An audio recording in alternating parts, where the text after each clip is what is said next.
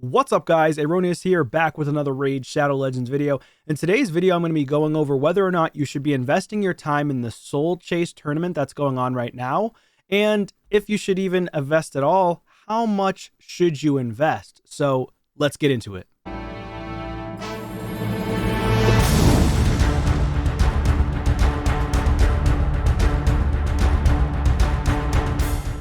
All right, so in terms of the tournament, we've got the Soul Chase tournament going on today. It's right here. We got 2 days and 15 hours left to go. And so many of you may spend or utilize all of your soul stones for this particular tournament. I can't seem to talk well today, but either way, bear with me. So in terms of this tournament, if you are investing your time and resources into this, it's fine. However, the issue is typically for fusions, they have some type of soul event that coincides with like a hero path or something along the lines, and you need to get fragments from that hero's path.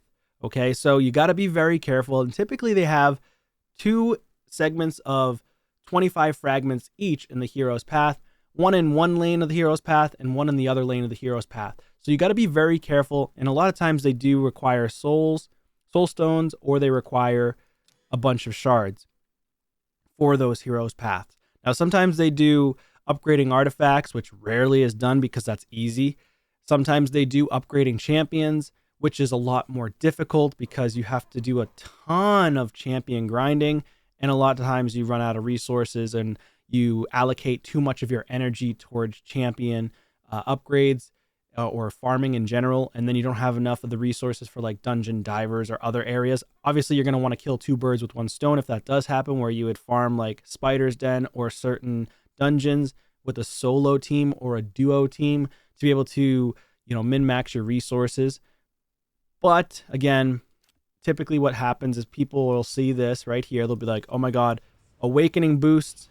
And the awakening boost basically just gives you a 2x chance of getting 6-star perfect souls, which honestly, if you go here, it's from immortals and it's from mortals. It's only a 1.5% chance to get a 6-star soul. That means you have to pull a specific rarity, which more than likely you're just going to get a bunch of rares that are 6-star. For early game accounts and mid game accounts, awesome. Late and end game accounts, you're not really looking for 6-star rares unless it's specific rare champions like Renegade, Cold Heart, Kale, like the starter champions, maybe a couple other here and there. But in general, you're going to want the epics, legendaries, and mythical champions. So essentially, most people are going to want to utilize their immortals here. Immortals give you a ton of points in the hero's path or some type of events that require you to pull soul stones. That's why if you should be waiting, you really should be waiting and investing these resources into a fusion, unless you just absolutely do not need the fusion at all. But in general, I believe that most people would benefit from this fusion if you're early and mid game, even late game as well, or Hydra. This girl that's coming out is going to be a great Hydra champion. And what is her name again? I believe it is, let's take a quick peek again. Here we go. So this chick's name is Ostrid Dreamsong. So it's a very strong champion. She's very, very strong in general. She's got an arena aura of 28%. So she's going to be strong in arena as well. What I recommend if you are going to be investing your souls though, is going for the bare minimum. And when I say bare minimum, I mean just simply going for the first couple of rewards. So that's what I typically do before a fusion. Now, if a fusion was like 2 or 3 weeks away, then I would say, yes, go ahead, invest all your immortals if you want, or you can even save them for the next fusion and have a ton stockpiled and pull a ton of immortals. But if you're just trying to look for 6-star souls, again, immortals still grant you a ton of rares and a few epics, and it's very, very slim that you're going to get a legendary or a mythical champion. Okay, you got to get extremely lucky. And of course, the point system here, if you get a rare 6-star, is only 70 points, which is not much. And majority of the time, you're going to get rares. Epics, 300 points. Legendary and mythical, extremely, extremely slim chances that you're even going to get them, but those are a lot of points. If you do get one, then obviously you're going to jump right up and get a ton of rewards right away. But in general, I personally like to go for the first two rewards here, the 50 and the 150. Okay, so even a rare 6-star will be good enough to get the first two rewards. But keep in mind, you could also end up getting a ton of 1 and 2-star souls from pulling immortals and from pulling immortals. Well, immortals give you 3-star, but it's still not a ton of points for 3-star. If we go back here and take a look at, say I pulled 4 immortals right now, I could end up getting all 3-star rare champions from the immortals. So if I go here, immortals, you're going to get 12 points each, which means you're only going to get 48 points if I were to get just 4 rares from the immortals, which is pretty bad if you think about it, right? Yeah, so it's not the best. So if we go here, immortals, 37% chance for a rare, 42% for an epic, which is decent. It's a little bit it's a lot better than the mortals, but again, the chances of getting a 6-star is only 12%. And then you got to get extremely lucky to get that 6-star. So I just don't have a lot of faith. I'm personally not that lucky at getting the high awakening souls, but it is what it is. But for me, for today, I'm going to go ahead and pull 20 of the mortals, or I'm going to pull until I get 150 points. I'm not going to pull, I don't think I'm going to pull immortals. If I do, I'll just pull one, but I want to save immortals. You need to save your immortals for the fusion because, again, Plarium just did this for the Armand's fusion where they required you to pull souls. And it was great for me because I didn't do the previous Soulstone Summon event or tournament before Armand's. They set it up the same way that they're setting it up right now for Ostrich. So just be very, very careful. Okay, you want to be able to save these resources so you don't miss out on the fusion. So again, let's do this. I'm going to pull 20. And let's see what we can get. Hopefully we can get lucky. But again, chances are slim. We did get an Archmage in a row, and I already have them.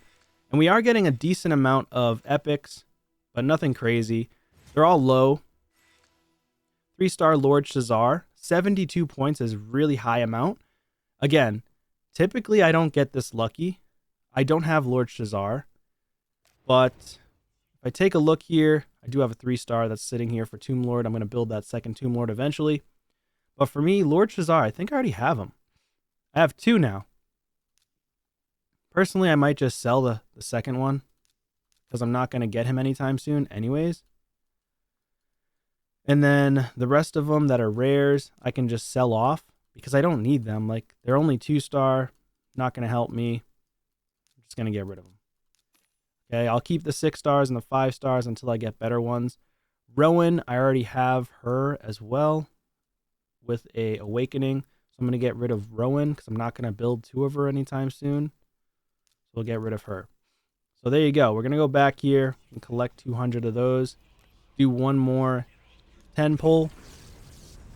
Here we go. So obviously we're hoping for the wish list. I think I didn't show you the wish list, but I'll showcase it in a bit. This is more like what I typically get. A bunch of rares. A 3-star Chancellor, which is really bad. 25 points. So see what I mean? It's just so hard to get high awakening levels. It's very, very difficult because you need to pull your immortals in order to get high awakening levels. So, and even when you pull the immortals, you might not get what you want. So that was what, 100 points maybe? And we did get the 300 energy, which is a lot. And we're trying to aim for the 150, which means I may need to pull more. Now we do have the one saving grace here is that tomorrow or Wednesday, once we have the Hydra Clan Boss chest drop, you're going to get some of your mortal soul stones back. So that is helpful. But again, you don't want to go too crazy on these. I'm going to do one more 10 pull of the mortals, and I'm probably just going to save my immortals. Again, we're just trying to get the points so I can get the additional, I think it's 100 or 150 gems. 2-star ninja, that is an upgrade from my current ninja. So that's helpful. 2-star Franox, not bad. Vrask, I already have 5-star. 45 points. So we're so close. It's kind of ridiculous. We did get a 2-star ninja upgrade, so that gives us 750 attack, which is nice. So we'll take it. We did get 1 upgrade today. That's huge. And then we're close to getting another immortal, which I'm probably going to save these. Although I have been saving essence, I'm probably going to get 1 more immortal specifically for the fusion, because I feel like they're going to put in another hero's path or type of event that requires you to pull soul stones. So just, again, be careful. Let me just see where I'm at here. I think I might have done it. Yes. Nope, we didn't. We are literally like 5 away, 6 away. No, 8 away. Okay. So we have 8 more points to go, which is kind of insane. We're going to go ahead and pull 1 at a time. Let's do it. Come on. There's a legendary. Okay, we're done. A 1-star Gomlock. All right, that's new on the account. I don't think I have that. That's kind of cool. I don't really use them yet because I haven't built them out and upgraded them to rank 6. But we'll take the 1-star soul. So there you go. We're done. So I had to utilize 31 soulstones, mortals, in order to get the 150 points. Imagine that. So I think that it's worth it, though, to get 150 gems right before the fusion. Also 300 energy right before the fusion, which is coming up on Thursday. So this is very, very helpful for me. So that brings me up over 1,000 gems just from that.